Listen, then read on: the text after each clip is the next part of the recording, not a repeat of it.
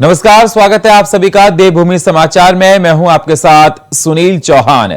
प्रधानमंत्री नरेंद्र मोदी के रेडियो कार्यक्रम मन की बात का आज 106वां एपिसोड प्रसारित हुआ।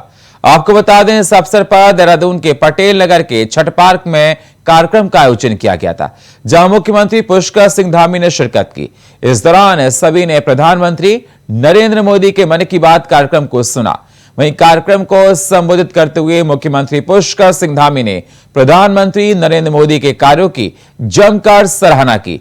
आपको बता दें, प्रधानमंत्री ने मन की बात कार्यक्रम में एशियन गेम्स और पैरा एशियन गेम्स में भारतीय खिलाड़ियों के प्रदर्शन की सराहना करने के साथ ही खिलाड़ियों को बधाई दी। इसके साथ ही आदिवासी योद्धाओं को भी याद किया।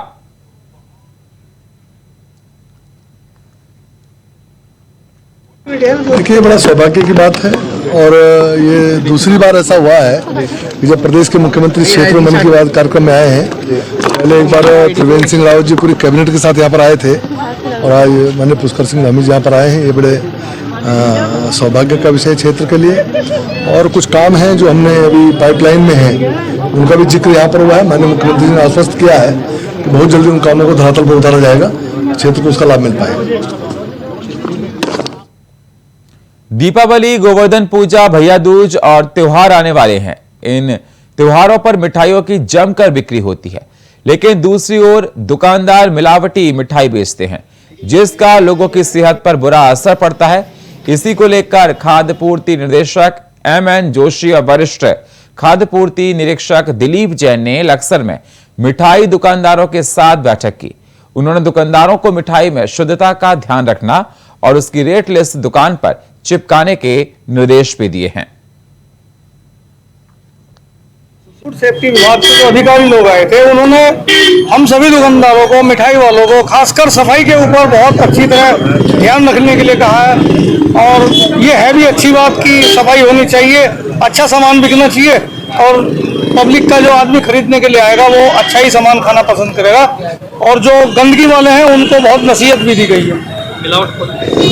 मिलावट के लिए भी उन्होंने कहा है कि भाई इसका ध्यान रखा जाए, कोई मिलावटी सामान न बेचा जाए। उस परिप्रेक्ष्य हम लोग आज यहाँ मिठाई विक्रेताओं की मीटिंग कर रहे हैं। मीटिंग में हमारे द्वारा साफ निर्देश दिए गए हैं। एक तो आप सोर्स जो आपका जो इंग्रेडिएंट है, जैसे मावा है, पनीर है, जो भी आप आइटम लाते हैं उसको आपको पूरी गारंटी होनी चाहिए कि ये शुद्ध है, अपनी तरह से बनाया गया है, ये वो यूज करें। और दूसरा, जो आप मिठाइयाँ बनाएंगे उसके साथ आपको क्लियर लिखना है कि किस चीज़ से बनाई गई है और ये इसकी कब तक उपभोग की तिथि है, वो आपने हर ट्रे में उसको लिखना है। इसके बारे में हमने जानकारी दी और सबको अपने बिलों में लाइसेंस नंबर लिखना अनिवार्य है। नकली अवैध दवाइयों को लेकर ड्रग विभाग लगातार सतर्क नजर आ रहा है।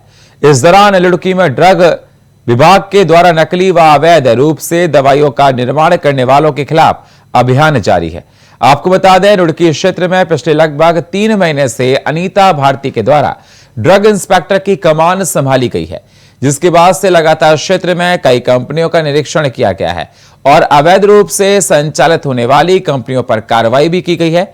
साथ ही ड्रग इंस्पेक्टर अनीता भारती ने जानकारी देते हुए बताया कि उच्च अधिकारियों के निर्देश पर तकरीबन 30 से 35 कंपनियों का निरीक्षण किया जा चुका है। वहीं कुछ कंपनियों में काफी अनियमितता मिलने पर कार्रवाई करते हुए प्रोडक्शन को बंद किया गया है और कुछ कंपनियों में छोटी कमियों को सुधार करने के निर्देश दिए गए हैं।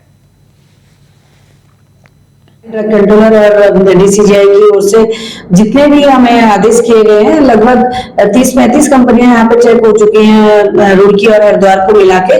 और जो कंपनियां अकॉर्डिंग टू जीएमपी, जो कि एक निर्धारित गाइडलाइंस होती है कि इसी के अंतर्गत आप दवाई का निर्माण करेंगे, क्योंकि दवाइयां एक ऐसी चीज है जो कि बेहद सावधानी से और एक प्रॉपर कंडीशन के अंदर ही बनाई जाती है। तो जिन कंपनियों में हमें लगता है कि यहाँ पे दवाइयों को सही तरीके से नहीं बनाया जा रहा है और रूल्स फॉलो नहीं किए जा रहे हैं, तो उनमें स्टॉक प्रोडक्शन किया जाता है। और कुछ कंपनियां ऐसी हैं जिन पर माइनर से कमियां होती हैं, तो वो तुरंत अपना उनको ठीक कर लेते हैं।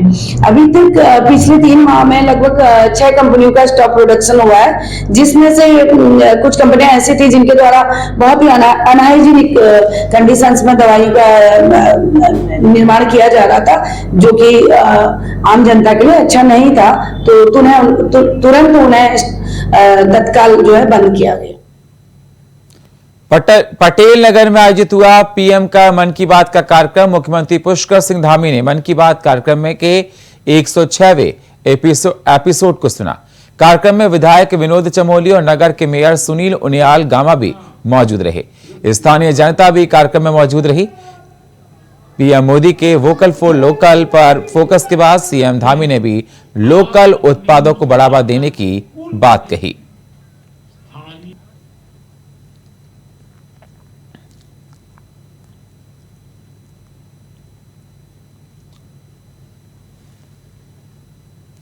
दीपावली का पर्व नजदीक आते ही अवैध पटाखा गोदामों को लेकर नगर में पुलिस ने सतर्कता दिखाते हुए अभियान तेज कर दिया है। वहीं रुड़की के अंबर तालाब में LIU पुलिस की सतर्कता के चलते गंगनहर कोतवाली पुलिस ने छापे में दुकान से अवैध पटाखों की पेटियां बरामद की हैं। आपको बता दें, पुलिस ने पटाखा फैक्ट्री से 5 पेटी पटाखे बरामद किए हैं, जिनकी कीमत लाखों में बताई जा रही है। वहीं पुलिस ने मालिक से लाइसेंस समेत जरूरी कागजात पेश करने के लिए कहा और पटाखों को अपने कब्जे में लिया है।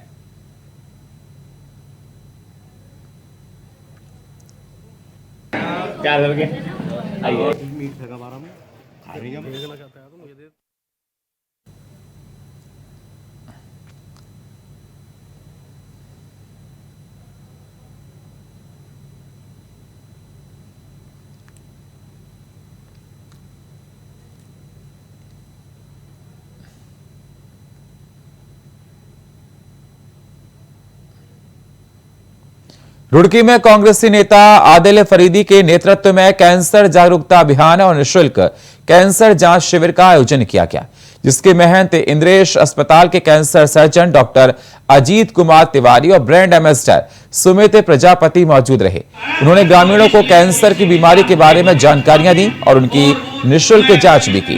कैंप में बड़ी संख्या में आसपास के गांव के ग्रामीणों ने भी भाग लिया। निःशुल्क कैंसर जांच शिविर और कैंसर जागरूकता अभियान में कांग्रेस के वरिष्ठ नेता भी मौजूद थे।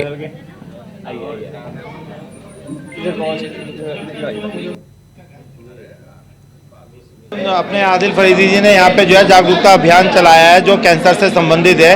इसमें हमारे डॉक्टर अजीत तिवारी जी जो महंत इंद्रेश के बहुत सुपर स्पेशलिस्ट डॉक्टर है कैंसर के, वो आए हुए हैं और उनके द्वारा जो है लोगों को बताया गया कि कैंसर कैसे शरीर में प्रवेश करता है और इससे कैसे रोकथाम हो सकती है। यहाँ उन्होंने ये भी बताया जो लोग अपना ट्रीटमेंट कराना चाहते हैं वो अपना रजिस्ट्रेशन कराएं, उसमें जो है महंत इंद्रेश की तरफ से उन्हें पूरी सुविधाएँ दी जाएंगी और कोशिश की जाएगी कि ना के बराबर उनसे फीस लेकर उनका जो है इलाज किया जाए। जिस तरह से कैंसर को जानकारी देखिए लाइलाज बीमारी नहीं है, उसी के बारे में डॉक्टर अजीत तिवारी जी ने हमें बहुत खुल के और बहुत आसानी तरीके से बताया। समाज में फैलते हुए कैंसर की जो बीमारी है यह काफ़ी तेज़ी से फैल रही है हमारे समाज में और इसे ध्यान में रखते हुए हमें यह ज़रूरी है कि समाज में इसके बारे में जागरूकता फैलाएं, क्योंकि लोग इस बीमारी से इतना डर चुके हैं कि वो अपने घर से बाहर आकर ट्रीटमेंट नहीं ले रहे हैं, जिसके कारण जो पहले चरण की बीमारी है वो तीसरे चरण तक पहुंच जाती है, चौथे चरण तक, और जब तक ये इतनी बढ़ जाती है तब इसका ट्रीटमेंट जो है पॉसिबल नहीं रह जाता। सो यह पहले और दूसरे चरण में हम जल्द से जल्द पकड़ सकें बीमारी को, इसलिए हम अस्पताल से ये जागरूकता अभियान चालू किए हैं। भाजपा ने हारी हुई 23 विधानसभाओं में सांसदों की जिम्मेदारी तय की है। 6 नवंबर से 16 नवंबर तक भाजपा सांसद प्रदेश प्रवास कार्यक्रम करेंगे। सांसद रमेश पोखरियाल निशंक को हरिद्वार, खानपुर और ज्वालापुर की जिम्मेदारी दी गई। सांसद तीरथ सिंह रावत को द्वारहाट, बद्रीनाथ, अल्मोड़ा विधानसभा की जिम्मेदारियां सौंपी गई हैं और राज्यसभा सांसद नरेश बंसल को भगवानपुर, मंगलौर, पिरान कलियर विधानसभा की जिम्मेदारियां सौंपी गई। सांसद अजय भट्ट को खटिमा, नानकमत्ता, किच्छा और हल्द्वानी की जिम्मेदारियां दी और सांसद अजय टमटा को धारचूला, पिथौरागढ़ और जबरेड़ा की जिम्मेदारियां दी गई। डॉक्टर कल्पना सैनी को जबरेड़ा, लक्सर और जयपुर की जिम्मेदारियां सौंपी गई। सांसद मालाराज लक्ष्मी शाह को प्रतापनगर, यमुनोत्री और चक्राता की जिम्मेदारियां दी गई हैं। तो आपको बता दें, बीजेपी ने जिम्मेदारियां सौंपी हैं। बीजेपी चुनाव को लेकर तैयार है। हारी विधानसभा में जिम्मेदारियां तय की, सांसदों को सौंपी गई बड़ी जिम्मेदारियां। 6 से 16 नवंबर तक प्रदेश प्रवास कार्यक्रम होंगे।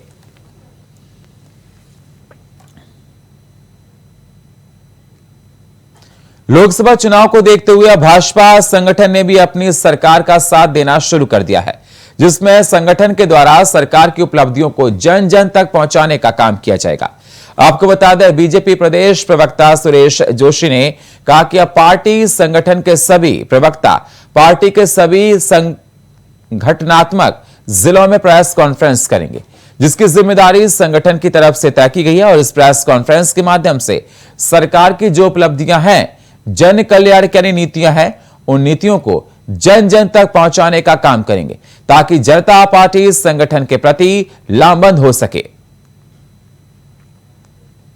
देखिए, अभी जैसे आज हम लोगों ने मुख्यालय में प्रेस वार्ता की है, इसी तरह जो हमारे संगठनात्मक जिले हैं, 19 जिले हैं, तो उन जिलों के जो हेडक्वार्टर्स हैं, मेन तो 13 जनपद हमारे सरकारी जनपद तो हैं ही हैं, लेकिन उसके एक्स्ट्रा भी जैसे अल्मोड़ा जिला है तो अल्मोड़ा में रानीखेत भी हमारा जिला है। तो ऐसे करके सभी स्थानों पर प्रदेश के जो सम्मानित प्रवक्तागण हैं, सबकी ड्यूटियां लगी हैं और कुछ हमारे सीनियर लीडर्स हैं, माननीय सांसद हैं और विधायक हैं, ऐसे लोगों की भी उसमें ड्यूटियां लगी हैं।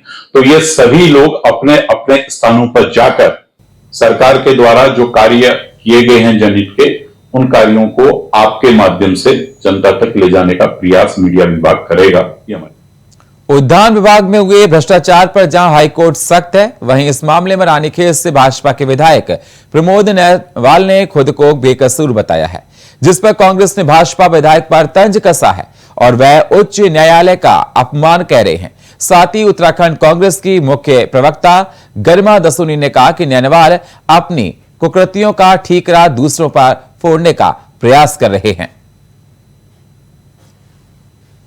विभाग में हुए भ्रष्टाचार को लेकर रानीखेत के भाजपा विधायक प्रमोद नैनवाल बौखला गए और अपने को बेकसूर साबित करने के चक्कर में उच्च न्यायालय का अपमान कर बैठे हैं।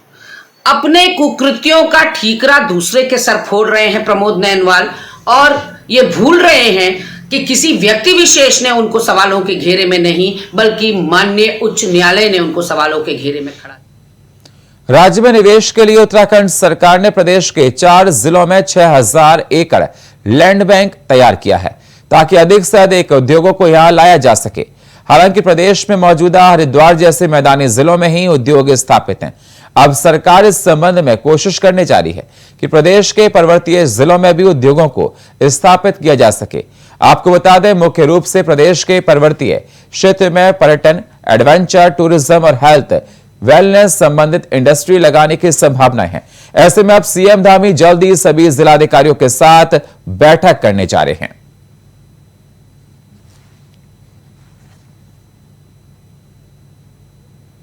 जो बड़ी इंडस्ट्री हैं उनके लिए तो चूंकि लैंड बैंक जो चाहिए वो हमारा 4 जिलों में उपलब्ध है, लेकिन हमारी प्राथमिकता है कि जो लोग जो इंडस्ट्री भी पहाड़ों में जाएंगी, जो पहाड़ों में पर्यटन के रूप में, एडवेंचर टूरिज्म के रूप में, हेल्थ वेलनेस के क्षेत्र में, उन सभी को प्राथमिकता देंगे। और हमारा भी प्रयास है कि अधिक से अधिक इंडस्ट्री जो है केवल हमारे 4 जिलों के अलावा पहाड़ों में भी जाए। उसके लिए हम जिलाधिकारियों के साथ भी जल्दी ही बैठक भी करने वाले हैं। उन सभी को हमने पहले से ही ये प्रस्ताव भेजा हुआ है कि अपने अपने यहाँ पर क्या संभावना पर उनके यहाँ काम हो सकता है। रानीखेत में बीजेपी के विधायक प्रमोद नैनवाल का नाम उद्यान घोटाले में आया है, जिससे राज्य की राजनीति में घमासान मचा हुआ है। नैनीताल हाईकोर्ट के आदेश पर अब बीजेपी विधायक के घपले की जांच सीबीआई करेगी। हाईकोर्ट ने कल ही सीबीआई को पूरे घोटाले की जांच के आदेश दिए हैं और आदेश की कॉपी में प्रमोद नैनवाल के नाम का जिक्र है। कांग्रेस के विधायक और सरकार की नीयत पर सवाल उठाए हैं। वहीं बीजेपी ने भी अपने विधायक से जवाब मांगा। नाम घोटाले में आने के बाद प्रमोद नैनवाल ने अपना पक्ष मीडिया के सामने रखा है। ये जो पूरा मामला है, ये बीकाखाट ब्लॉक में जो चूनी गांव है, वहां पर कुछ बंजर जमीनें थी संयुक्त रूप से हमारे गांव वालों की, लगभग 100 नाली की जमीन टोटल सबकी मिला के है।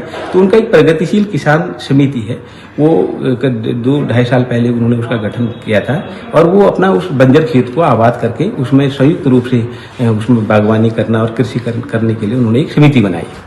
तो इसमें इसी साल जनवरी में तो उद्यान विभाग पे एक योजना चली थी, मुख्यमंत्री एकीकृत बागवानी योजना करके।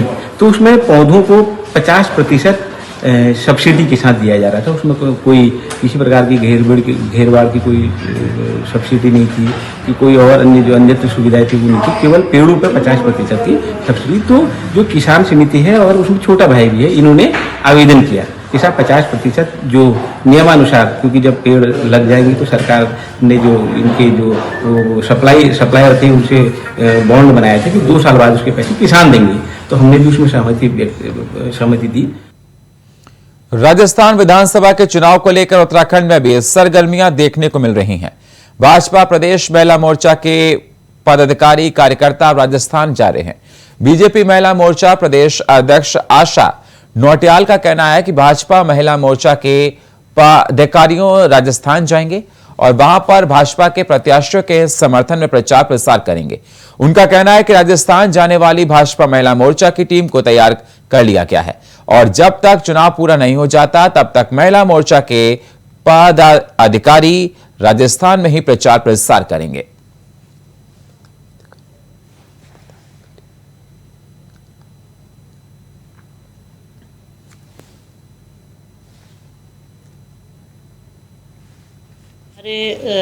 कुछ महिलाएं वहाँ पे काम कर रही हैं, अभी कुछ जाने वाली है, कुछ 2-3 दिन में ही, कुछ हमारी 2-3 तारीख को जाएंगी और इस तरह से दीपावली तक भी और पूरे चुनाव तक वहीं रहेंगी। सभी लगभग जिन विधानसभाओं में भी ड्यूटी लगाई जाएगी वहाँ पर महिला मोर्चा उत्तराखंड काम करेगा और वहाँ से विजय हासिल करके आएगा।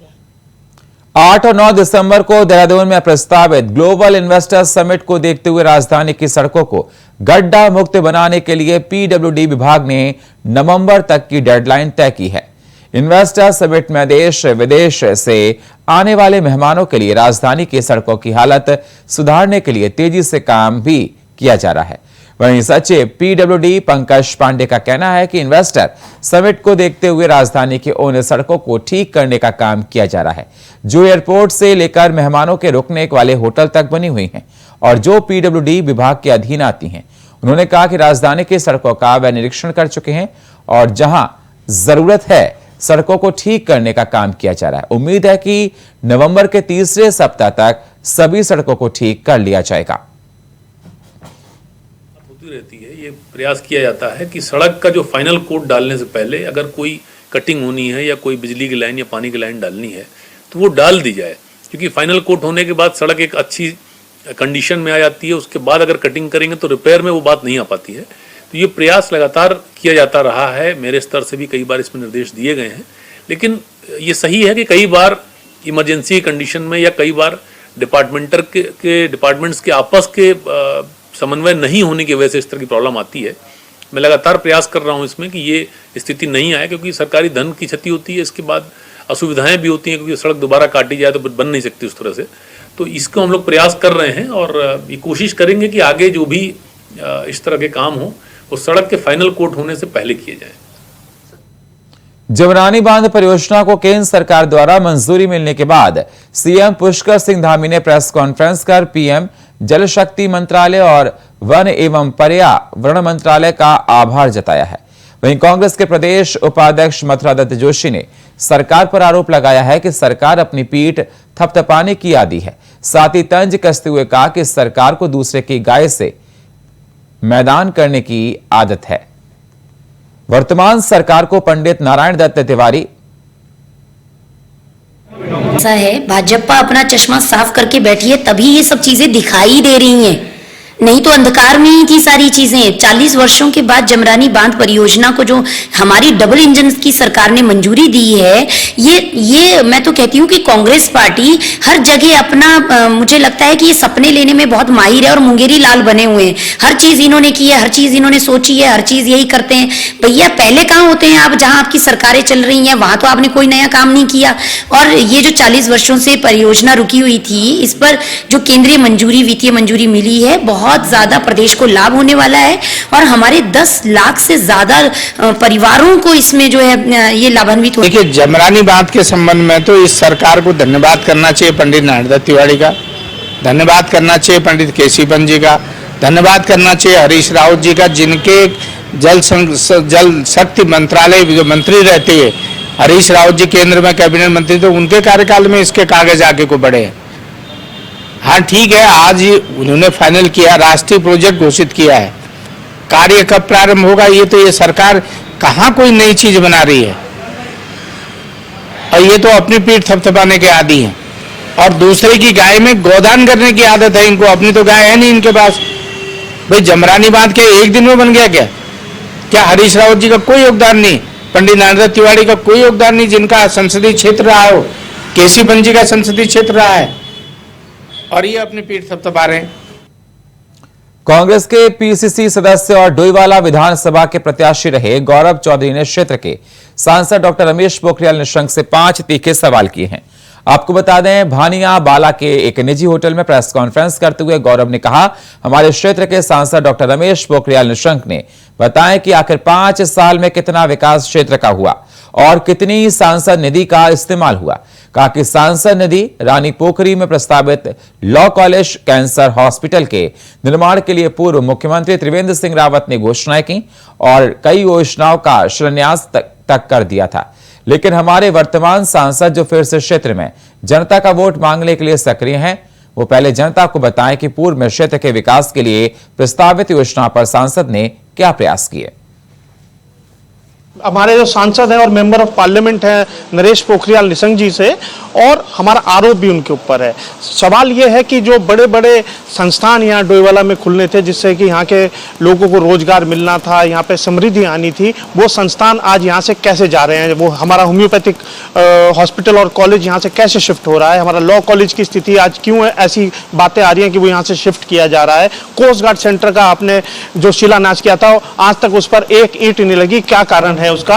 और कई सारी ऐसी ज्वलंत मुद्दे हैं जिनको लेकर आज हम प्रेस के माध्यम से सांसद महोदय तक ये बात पहुंचाना चाह रहे हैं उनसे। डोईवाला ब्लॉक की न्याय पंचायत रानी पोखरी के नागा घेर में 14 फील्ड रेजिमेंट ने रानी पोखरी और डोईवाला क्षेत्र के 15,000 सैनिक और अर्धसैनिक के साथ पूर्व सैनिकों के लिए आर्मी कैंटीन की सौगात दी है। आपको बता दें, आज रानी पोखरी में आर्मी कैंटीन का उद्घाटन शहीद सैनिक की विधवा पत्नी किरण ने किया। साथ ही इस अवसर पर 14 रेजिमेंट के ब्रिगेडियर अर्जुन कुटी ने इस अवसर को सेना से जुड़े लोगों और उनके परिवार के लिए शानदार अवसर बताया। जानकारी के लिए आपको बता दें, पूर्व सैनिक और अर्धसैनिक संगठन डोईवाला के प्रयासों से खुली कैंटीन क्षेत्र के 15,000 सैनिक और अर्ध सैनिक तथा उनके परिवार की जरूरतों को पूरा करेगी। तो ये लगता है कि आज एक बड़ा महोत्सव है, जिसमें हमारे पूरे ईएसएफ को, इस एरिया को एक बड़ा तोहफा मिला है। ये तोहफा जो है ये लाइफ लॉन्ग का है, और इससे हमारे जितने ईएसएफ है उनका मोराल बहुत हाई हुआ है। We are all in high spirit.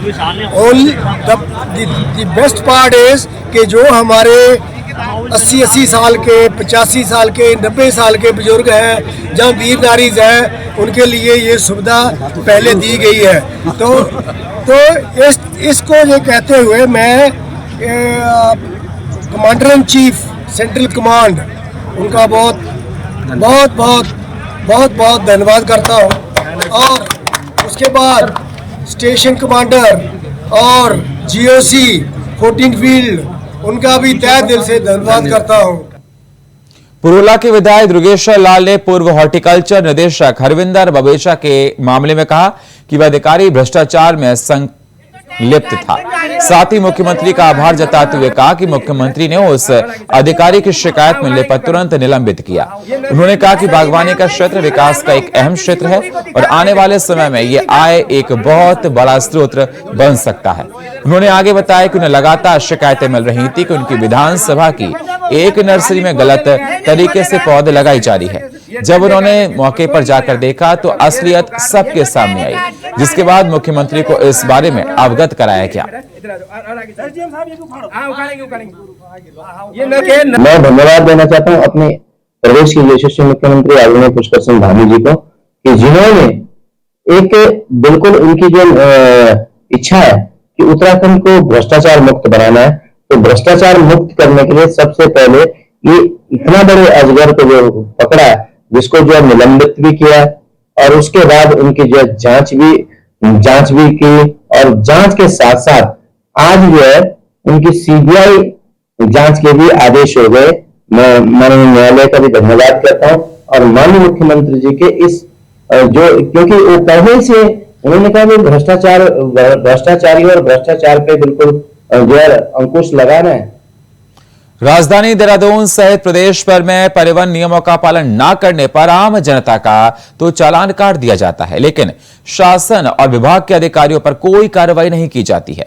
दरअसल जो प्राइवेट गाड़ियां सरकारी दफ्तरों में लगाई जा गई हैं, वो टैक्सी नंबर है जिसका नंबर प्लेट पीला रंग का होता है। बावजूद इसके इन सभी टैक्सी गाड़ियों को सफेद नंबर प्लेट लगाकर चलाया जा रहा है, या फिर यूं कहें कि अधिकारियों को पीला नंबर प्लेट पसंद नहीं आ रहा। ऐसे में परिवहन विभाग पर एक बड़ा सवाल खड़ा हो रहा है कि आखिरकार ऐसे वाहनों पर अभी तक कार्रवाई क्यों नहीं की गई।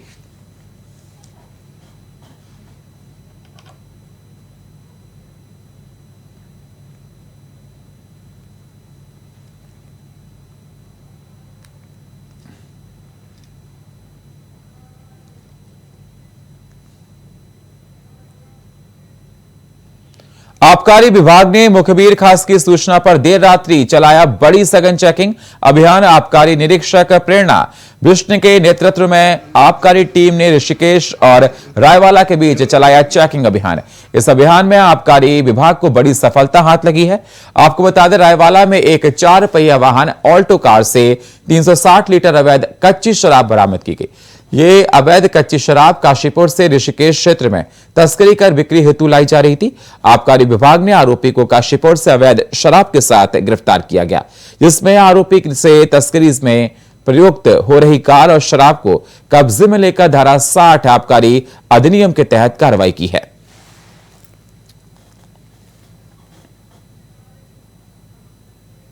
और फिलहाल देवभूमि समाचार में इतना ही। बाकी खबरों के लिए आप बने रहिए हमारे साथ। तब तक के लिए नमस्कार।